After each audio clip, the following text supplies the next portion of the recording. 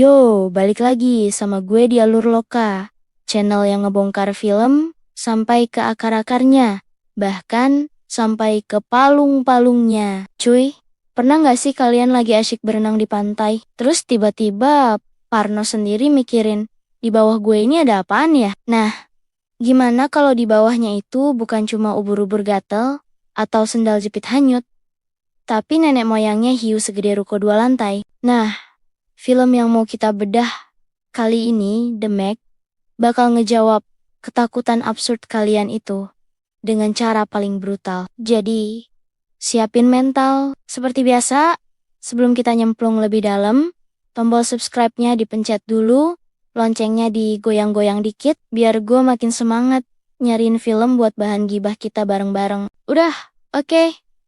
Gas! 5 tahun yang lalu, Jonas Taylor ini ibaratnya bule paling jagoan di lautan. Penyelam, penyelamat, gagah, pokoknya tipe yang fotonya bakal jadi wallpaper HP cewek-cewek. Nah, suatu hari, dia lagi ngerjain misi penyelamatan kapal selam nuklir. Suasananya udah tegang kayak nonton final bola. Tiba-tiba, lambung kapal selam dihantam sesuatu. Bukan ditabrak kapal tongkang. Tapi ini lebih mirip kayak ditonjok sama Godzilla versi laut. Jonas ngintip keluar, cuma kelihatan bayangan hitam segede pulau. Panik dong semua. Dr. Heller, dokter di timnya yang mukanya udah asem dari sananya, teriak-teriak kalau masih ada orang ketinggalan. Tapi Jonas, otaknya jalan cepat. Ini kalau nggak cabut sekarang, kita semua jadi peyek di dasar laut, pikirnya. Dengan berat hati, dia ambil keputusan pahit, lepasin kaitan, kabur, dan ninggalin 2 temannya. Ledakan besar di belakangnya jadi saksi bisu. Dia berhasil nyelamatin 11 orang, tapi reputasinya anjlok. Dr. Heller langsung nyebar gosip. Si Jonas itu stres, otaknya korslet kena tekanan. Jadi halu lihat monster. Sejak saat itu, Jonas pensiun jadi orang keren.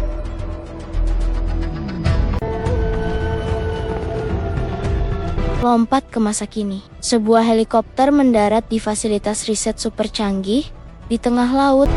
Namanya Manawan. Yang turun dari heli, Jack Maris, seorang miliarder yang duitnya kayak nggak ada serinya. Dia ini tipe sultan yang mendanai proyek ini. Mungkin biar bisa pamer ke teman-teman arisannya. Dia disambut Dr. Zhang, ilmuwan visioner yang seriusnya minta ampun.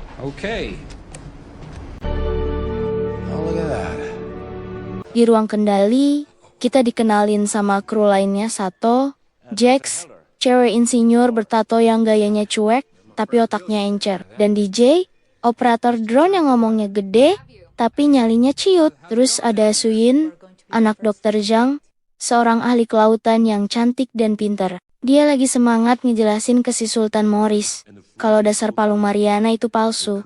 Di bawahnya ada dunia lain yang ketutup lapisan es aneh. Gak jauh dari situ, Mei Ying, anak Suyin yang masih unyu-unyu, ngeliatin semua dengan mata penasarannya. Di kedalaman 11.000 meter, kapal selam Origin yang isinya Lori. Ternyata mantan bininya Jonas, Toshi, dan si The Wall lagi siap-siap nembus dunia lain itu. Mereka berhasil. Pemandangan di bawahnya, wih, keren abis. Kayak nemu surga bawah laut yang isinya makhluk-makhluk aneh bercahaya. Semua di ruang kendali langsung sorak-sorai. Tapi senangnya cuma sebentar. Sensor mereka tiba-tiba nangkap sesuatu yang gede banget. Lori, I have a contact. Bearing 080 and it's moving fast. Turn to 350. This could be a landslide. Lagi deketin, belum sempat bilang, "Hai." Kapal selam mereka dihantam brak, listrik mati, komunikasi putus. Mereka terperangkap di Manawan yang tadinya pesta pora, langsung berubah jadi acara tahlilan. Loh, kok hilang? Kena roaming kali? Celetuk DJ, yang langsung dilempar tatapan maut sama seisi ruangan. Waktu makin menipis, oksigen di kapal selam juga. Dr. Zhang dan Meg pusing 7 keliling. Nggak ada yang bisa nyelam sedalam itu. Dr. Heller, yang kebetulan lagi di situ, udah pasang muka paling sinis.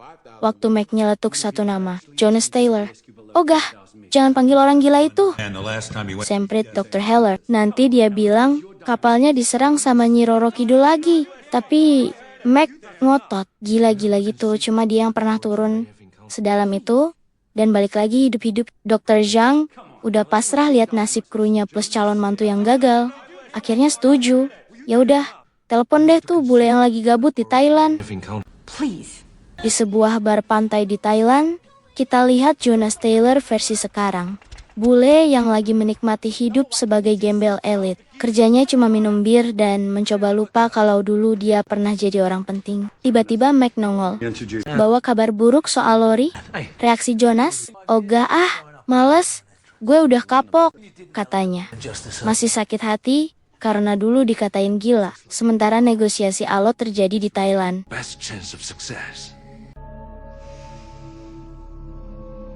Di mana Wan, Suin, udah gak sabaran. Dasar cowok-cowok, kelamaan rapat, keburu kehabisan napas mereka di bawah. Omelnya. Tanpa nunggu persetujuan bapaknya, dia langsung loncat ke kapal selam mini super canggihnya, dan tancap gas turun ke palung sendirian. Nekat abis, babak pertama ditutup dengan sempurna. Sang pahlawan yang ogah-ogahan lagi dibujuk. Sementara sang pahlawan wanita udah ngegas duluan masuk ke sarang monster. Drama pun dimulai. Jonas Taylor nyampe di mana Wan kayak di sinetron. Pas lagi genting-gentingnya, di ruang kendali, semua muka udah kayak cucian kusut. Ngeliatin layar yang nunjukin Suin lagi solo karier di kedalaman. Tiba-tiba, Meiying, si bocil unyu, langsung todong Jonas.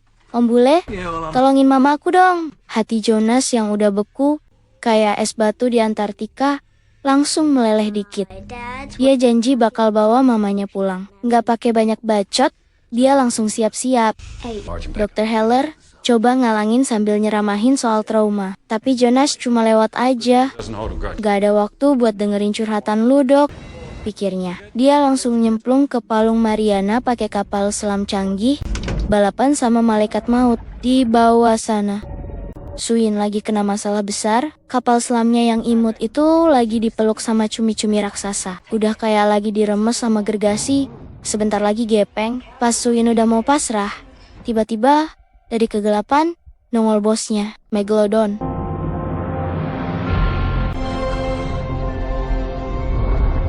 Ukurannya?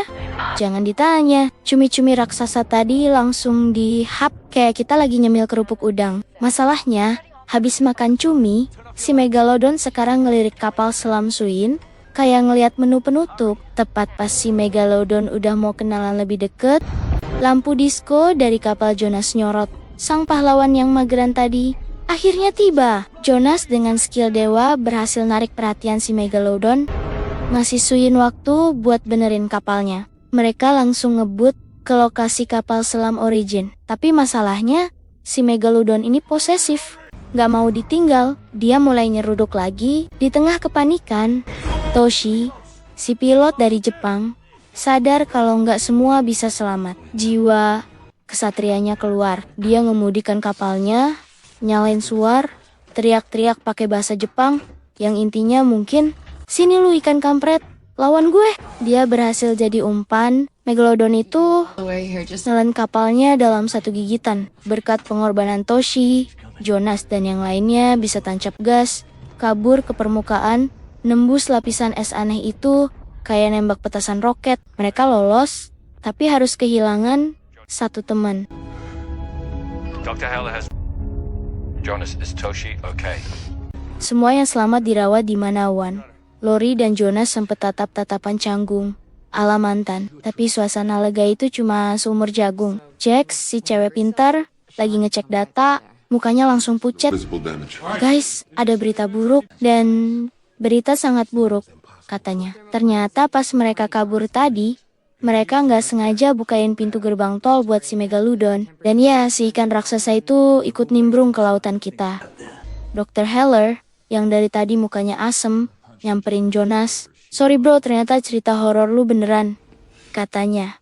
Akhirnya ngaku salah setelah 5 tahun nyinyir. Beban di hati Jonas keangkat, tapi sekarang diganti sama masalah yang jauh lebih gede. Mereka ini sekarang ibarat SWAT dadakan buat ngurusin ikan purba. Mereka sadar kalau hiu ini sampai ke pantai, bakal jadi prasmanan manusia. Akhirnya, mereka bikin rencana yang tingkat kegilaannya udah level maksimal. 1. Jonas jadi umpan hidup buat masang GPS di punggung si Hugh. 2. Suyin, sang ahli biologi, masuk kandang akrilik kayak di pameran, terus deketin si Hugh buat nyuntik pakai racun dosis gajah. Semua setuju. Mungkin karena udah pada stres, rencana dijalankan. Jonas beneran berenang di laut lepas, nungguin disamperin sama hiu segede mall. Jantung semua orang di kapal udah mau copot. Dengan gaya selincah lumba-lumba, Jonas berhasil nancepin pelacaknya.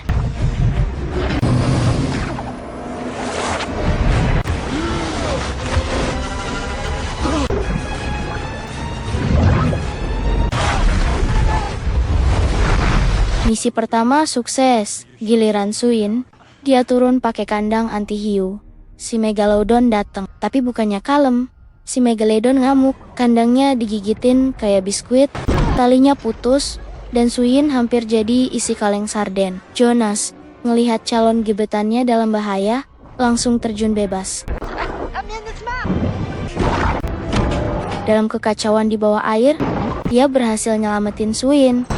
Nggak cuma itu, dia ngambil senapan racun dan berhasil nembakin suntikan maut itu ke badan si Megalodon. Hiu raksasa itu kejang-kejang sebentar, terus diam. Mati, Hori, menang.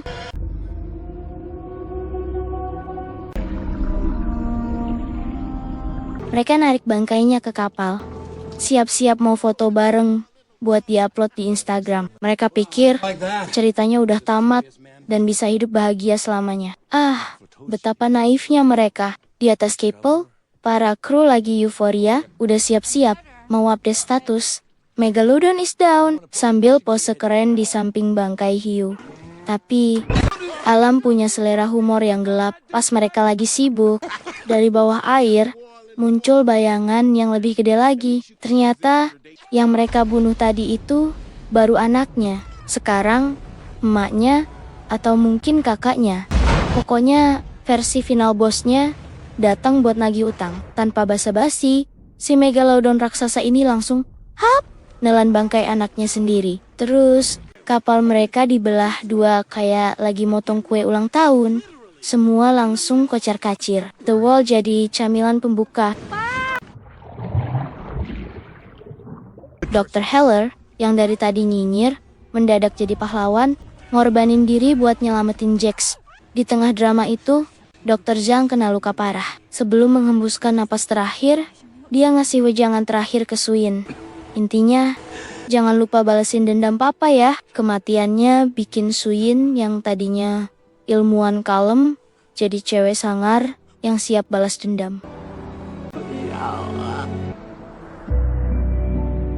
Setelah susah payah balik ke Manawan, si Sultan Morris mulai nunjukin sifat aslinya. Di depan kru, dia sok pahlawan, bilang udah nelpon angkatan laut, polisi air, bahkan mungkin hansip setempat. Padahal, diam-diam dia nyewa tim tentara bayaran abal buat ngeberesin masalah ini pakai bom, biar irit dan gak kesebar beritanya. Rencananya gagal total. Tim bayaran rasa anak magang itu malah ngebom seekor paus bungkuk yang lagi galau. Si Megalodonnya cuma lewat sambil ketawa. Pas sadar rencananya ambiar, Morris coba kabur pakai helikopter. Tapi takdir berkata lain. Helikopternya nyangkut dan dia jatuh ke air. Mendarat pas di atas bangkai paus. Sempat ngira aman. Dari bawah, si Megalodon muncul, nelen Morris sama bangkai pausnya sekaligus. Jadi paket makan malam hemat. Kru Manawan yang nonton dari jauh cuma bisa bilang, nah, kan karma itu gak pernah salah alamat. Sekarang mereka beneran sendirian. Perannya lagi. GPS di punggung si Megalodon nunjukin dia lagi berenang santai menuju Teluk Sanya. Sebuah pantai di Cina yang lagi rame-ramenya sama turis yang lagi asyik main air, bikin istana pasir, dan update Instagram story kalau si Megalodon sampai sana. Bakal jadi acara prasmanan manusia terbesar abad ini.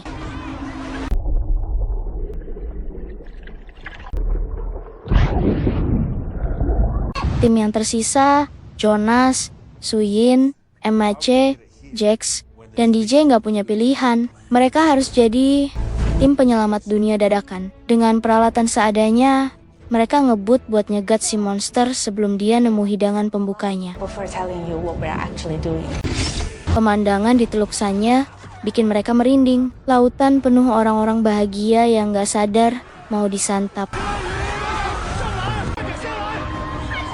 Pakai trik suara paus, Jax berhasil mancing si Megalodon menjauh dari keramaian. Suyin, yang api dendamnya masih membara, coba nyuntik racun ke hiu itu.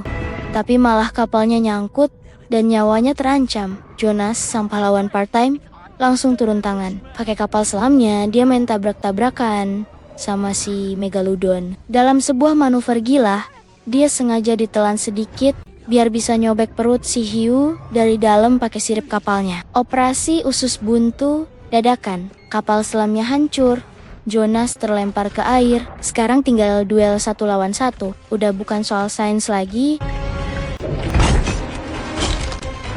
Ini urusan pribadi. Si Megalodon yang udah bocor di mana-mana nyerang buat terakhir kalinya. Jonas pakai tombak darurat, nunggu momen yang pas, dan dia nusuk mata si hiu, tembus sampai ke otak. Kena tombol off-nya, Megalodon raksasa itu akhirnya tewas. Tapi ceritanya belum selesai. Darah yang muncrat kemana-mana jadi undangan makan gratis buat semua hiu di sekitar situ. Dalam sekejap, bangkai si monster langsung dikeroyok dan jadi rebutan. Pesta rakyat para hiu dimulai di atas perahu. Di tengah lautan yang akhirnya tenang, para pahlawan kita berkumpul. Lelah, sedih, tapi menang. Jonas dan Suyin saling pandang. Tatapan mereka udah beda. Ada sinyal BK cinta lokasi berujung kematian. Hampir. Mei datang meluk mereka. Mimpi buruk selesai. Mereka selamat dan sebuah keluarga baru yang aneh terdiri dari bule mantan penyelamat, ilmuwan cewek sangar, dan anak kecil pemberani terbentuk di tengah lautan. Gimana, gila banget kan filmnya? Dari yang awalnya cuman misi ilmiah sok keren, malah jadi ajang pertarungan hidup dan mati, lawan ikan purba yang kelaparan. The Meg ini ngajarin kita satu hal penting cuy. Kalau lagi liburan ke pantai, jangan cuma takut sama ubur-ubur, atau tagihan kartu kredit pas pulang. Ada kemungkinan nenek moyangnya Josh lagi ngintai dari bawah. Kita lihat gimana Mas Bule Jonas, dari yang awalnya cowok broken home yang dicap gila, akhirnya bisa move on dan dapat gebetan baru. Suyin juga keren, dari ilmuwan kalem, jadi emak-emak sangar yang siap berantem demi anak dan balas dendam bapaknya. Dan tentu saja, kita nggak bisa lupa sama pengorbanan heroik para karakter yang, jadi menu santap siang si Megalodon. Mari kita kirimkan doa, semoga mereka tenang di perut sana. Film ini tuh paket komplit, tegangnya dapet, aksinya brutal, monsternya segede dosa kita semua, dan yang paling penting, ngingetin kita buat selalu rendah hati di hadapan alam. Karena kita nggak pernah tahu makhluk purba apa yang lagi ketiduran di bawah sana dan nungguin kita buat ngebangunin. Oke deh, segitu dulu bongkar-bongkar film kita kali ini. Semoga kalian terhibur dan jadi makin parno kalau lihat genangan air yang dalam. Kalau kalian suka sama gaya cerita gue yang blak-blakan dan sedikit nggak ada akhlak ini, jangan cuma ditonton doang dong. Tangan sama jempolnya digerakin. Pencet tombol like kalau kalian setuju si Sultan Morris itu emang pantes jadi penutup makan malam si Megalodon. Tinggalin komen di bawah. Kira-kira kalau kalian yang ada di situasi itu, apa yang bakal kalian lakuin? Lari, pingsan, atau malah ngajak si Megalodon selfie buat konten? Dan yang paling penting, biar kita bisa terus gibahin film-film seru lainnya, jangan lupa tekan tombol subscribe channel Alur Loka ini. Nyalain juga lonceng notifikasinya, biar kalian jadi yang pertama tahu kalau gue upload video baru. Ingat, subscribe itu gratis. Nggak bikin kuota kalian jebol, tapi bisa bikin gue senengnya bukan main. Gue pamit undur diri, sampai jumpa di alur cerita selanjutnya. Tetap nonton film, tetap waras, dan awas, kalau berenang jangan jauh-jauh. Jauh!